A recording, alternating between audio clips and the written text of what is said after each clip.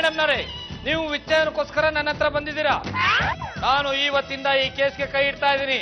ಇನ್ನು ಒಂದೇ ಒಂದು ತಿಂಗಳಲ್ಲಿ ನಾನು ನಿಮಗೆ ವಿಚ್ಛೇದನ ಕೊಡಿಸ್ತೀನಿ. ಈ ದಿಕ್ಕಲ್ಲೇನು ಹೇಳಲಿಲ್ಲ. ಇದು ನನ್ನ ಪ್ರತಿಜ್ಞೆ. ಎಲ್ಲಾ ದಿಕ್ಕಳು ಮುಗಿದು ಬಿಡಿ. ಈ ಗ್ಯಾರಂಟಿ ಆಯ್ತಲ್ವಾ? ಓ, ಗ್ಯಾರಂಟಿ ಆಯ್ತು. ಹಾ ತಗೊಳ್ಳಿ, 1 ಲಕ್ಷ ರೂಪಾಯಿ. ಕೇಸ್ ಗೆದ್ಮೇಲೆ ಇನ್ನ 1 ಲಕ್ಷ ರೂಪಾಯಿ ಕೊಡ್ತೀನಿ. ಏನಾಯ್ತು? ಅದು ಕೇಸ್ ಗ್ಯಾರಂಟಿ ಆದಾಗ್ಲೆಲ್ಲ ಇವ್ರು ಈ ತರ ಶಾಕ್ ತಗೊಳ್ತಾ ಇರ್ತಾರೆ. ಮತ್ತೆ ನನ್ ಕೇಸು? ನೀವು ಕೇಸ್ ಗೆದ್ರಿ ಅಂತಾನೆ ತಿಳ್ಕೊಳ್ಳಿ, ನೀವು ಬೇರೆ ಗಂಟನ ಹುಡುಕೋಬಹುದು. ಹೊರಡಿ ಹೊರಡಿ. ವೈಶಾಲಿ, ನೀನ್ ನನ್ ಕ್ಲಾಸ್ಮೇಟ್ ರೇವಣ್ಣ ಅಲ್ವಾ? ಪರವಾಗಿಲ್ವೇ? ಅದ್ಯಾಕೆ ಗುರ್ತಿರ್ದೆ? ಅಲ್ಲ, ರೇವಣ್ಣ ಅಂದ್ರೆ ನಾನೇ ಗುಂಡಣ್ಣವ್ರೆ.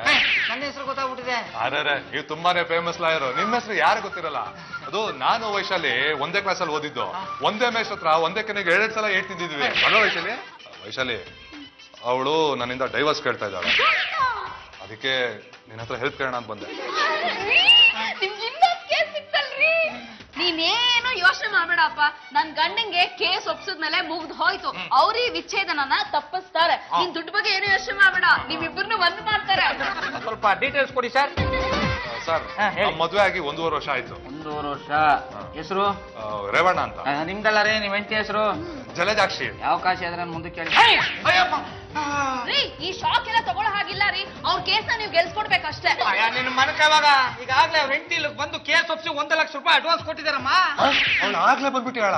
ಏನು ಪರವಾಗಿಲ್ಲ, ಆ ದುಡ್ಡು ನನ್ನ ಹತ್ರ ಇದೆ, ಅದನ್ನ ನಿಮಗೆ ಕೊಡ್ತೀನಿ. ಯಾವ ಲೆಕ್ಕದಲ್ಲ? ಇವನ್ ಪರವಾಗಿ ನಾನು ನಿಮಗೆ ಕೊಡ್ತಿರೋ ಫೀಸ್.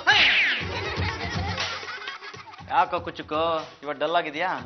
ಏನು ಅಂತ ಹೇಳ ಪರಮ, ನನ್ನ ಜೀವನದಲ್ಲಿ ಇದೇ ಫಸ್ಟ್ ಟೈಮ್ ಕಣ ಜಡ್ಜ್ ಮುಂದೆ ಮಂಕಾಂಗ್ ನಿಂತುಬಿಟ್ಟೆ. ಜಲಜಾಕ್ಷಿ ಹತ್ರ 1 ಲಕ್ಷ ಅಡ್ವಾನ್ಸ್ ತಗೊಂಡಿದ್ದೆ. ನಿಮ್ಗೆ ವಿಚ್ಛೇದನ ಕೊಡಿಸ್ತೀನಿ ಅಂತ ಭರವಸೆನೂ ಕೊಟ್ಟಿದೆ. ಆದ್ರೆ ಮಾತು ಉಳಿಸ್ಕೊಳಕ್ ಆಗಿಲ್ಲ ಪರಮ, ಸೋತ್ಬಿಟ್ಟೆ. ಲೇ ಗುಂಡ, ಪ್ರತಿಯೊಬ್ಬ ಗಂಡಸಿನ ಯಶಸ್ಸಿನ ಹಿಂದೆ ಒಬ್ಳು ಹೆಂಗ್ತಿರ್ತಾಳೆ ಕಣ. ಆದ್ರೆ ನಿನ್ನ ಸೋಲ್ನ ಹಿಂದೆ ನೀನ್ ಹೆಂಗ್ತಿದ್ದಾಳೆ ಕಣ. ಶಭಾಷ್ ಗುಂಡಣ್ಣವ್ರೆ, ಶಭಾಷ್. ಕೇಳಿ ತುಂಬಾ ಸಂತೋಷ ಆಯ್ತು. ಇಂಥ ಲಾಯರ್ ಇರ್ತಾರೆ ಅಂತ ಇವತ್ತೇ ಗೊತ್ತಾಯ್ತು. ಎಲ್ಲಿ ನಿಮ್ ಹೆಂಡತಿ? ಅಲ್ಲಿ ನನ್ ಗಂಡನೂ ಇಲ್ಲೇ ಇದಾರೆ. ಈಗ ಗೊತ್ತಾಯ್ತು. ಇದೆಲ್ಲ ನೀವ್ ಮಾಡಿರೋ ಪ್ಲಾನಾ? ಹಾಗಲ್ಲ, ಜಲಜಾಕ್ಷಿ. ಅಲ್ಲ, ಮುಚ್ಚ್ರಿ ಬಾಯ್ನ, ಸಾಕು. ಕೋರ್ಟ್ ನಮ್ಮಿಬ್ಬರನ್ನು ರೂಮಲ್ಲಿ ಕೂಡ ಹಾಕ್ಬೋದು, ಆದ್ರೆ ಸಂಸಾರ ಮಾಡೋದು ಬಿಡೋದು ನನ್ ಕೈಲಿದೆ. ಸಂತಾಕ್ಷಿ, ನನಗ್ ಬಂದಿದ್ದ ಸಿಟ್ಟಲ್ಲಿ ಕೊಲೆ ಮಾಡ್ಬಿಡ್ತಿದ್ದೆ. ಪ್ರಾಣಿ ಹಿಂಸೆ ಮಾಡ್ಬಾರ್ದು ಅಂತ ಬಿಟ್ಟಿದ್ದೀನಿ. ಬಲವತ್ ಪೆಟ್ಟೆ ಬಿದ್ದಿದೆ. ಕಪಾಳದ ಮೇಲೆ ಗಲಿ ಬಿದ ನೋಡ್ರಿ. ಓ ಡಾಕ್ಟ್ರೇ, ನಮಸ್ಕಾರ. ಏನು ವಿಚ್ಛೇದನ ಕೇಸ?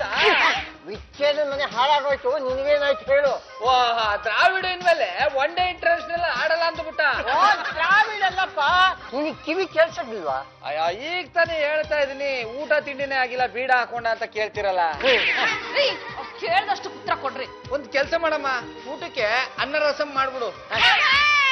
ಕಿವಿ ಗೇಟ್ ಬಿದ್ದಿದೆಯಲ್ಲ, ತಮಟೆ ಒಡೆದೋಗಿದೆ. ಮೇಡಮ್ಮ, ಪೆನ್ಸಿಲ್ ಈ ಕಿವಿಯಿಂದ ಹಾಕಿದ್ರೆ ಈ ಕಿವಿಯಿಂದ ಬಂದ್ಬಿಡುತ್ತೆ. ಡಾಕ್ಟ್ರೇ, ನೀವು ಡಾಕ್ಟರ್ ಅಲ್ವಾ? ಟೇಲರ್ ಯಾವಾಗಾದ್ರಿ? ಸೂಜಿಗಾರದ ಬಗ್ಗೆ ಮಾತಾಡ್ತಾ ಇದೀರಾ? ಪರವಾಗಿಲ್ವೇ? ಇಬ್ರು ನಗ್ನಗ್ತಾ ಮಾತಾಡ್ತಾ ಇದೀರಾ. Good keep it up.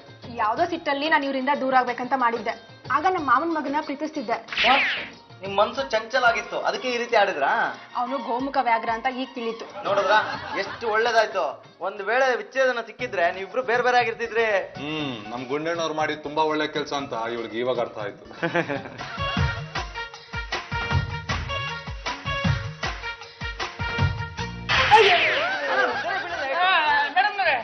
ಸರಿಯಾಗಿ ಬಿತ್ತು. ನೋಡಿ, ಕಿವಿ ಕೇಳಿಸ್ತಾ ಇದೆ. ಹೌದನಾ? ಹೂನಾ, ನೋಡ ಎಷ್ಟು ಚೆನ್ನಾಗಿ ಕೇಳಿಸ್ತಾ ಇದೆ. ನಿಜ ಹೇಳ್ತಾ ಇದ್ದೀರಾ? ಹೌದಮ್ಮ, ಮೇಡಮ್ ಅವ್ರ ಕೈ ನನ್ನ ತಲೆ ಟಚ್ ಆದ ತಕ್ಷಣ ಕಿವಿ ಕೇಳಕ್ ಶುರು ಆಗ್ಬಿಡ್ತು. ಗುಂಡಣ್ಣವ್ರೆ, ನೀವ್ ನಮ್ಗೆ ಉಪಕಾರನೇ ಮಾಡಿದ್ರಿ. ನಿಮ್ಮಿಂದಾಗಿ ನಾವ್ ಮತ್ತೆ ಒಂದಾಗಿದ್ದೀವಿ. ತುಂಬಾ ಥ್ಯಾಂಕ್ಸ್. ನಾವಿನ್ ಬರ್ತೀವಿ. ಬರ್ತೀವಿ. ನೀನು ಮಾಡಿರೋ ಕೆಲ್ಸಕ್ಕೆ ನನ್ಗೆ ಎಷ್ಟು ಸಿಟ್ಟು ಬಂದಿತ್ತು ಅಂದ್ರೆ ಜೀವನ್ ಪೂರ್ತಿ ಇದೇ ರೀತಿ ಇದ್ದು ಬಿಡ್ಬೇಕು ಅನ್ಸಿತ್ತು. ಇದೇ ರೀತಿ ಇದ್ಬಿಡ್ಬೇಕು ಅನ್ಸಿತ್ತು ಅಂದ್ರೆ ನಾಟಕ ಮಾಡ್ದ. ಹೌದಮ್ಮ, ಮೇಡಮ್ನವ್ರಿಗೆ ಬೇಜಾರಾಗಬಾರ್ದು ಅಂತ ಕಿವಿ ಕೇಳಿಸುತ್ತೆ ಅಂತ ಒಪ್ಕೊಂಡೆ. ಅಂದ್ರೆ ಸುಮ್ನೆ ನಾನು ಆ ಜಲಜಾಕ್ಷಿ ಕಾಲ್ ಹಿಡ್ಕೊಳ್ಳೋ ಹಾಗೆ ಮಾಡಿದ್ರಂದ್ರೆ ಗುಂಡ ಏನಾಯ್ತಾ? ಅನ್ನ ರಸ ಮಾಡಕ್ಕೆಲ್ಲ ಸಾಕು.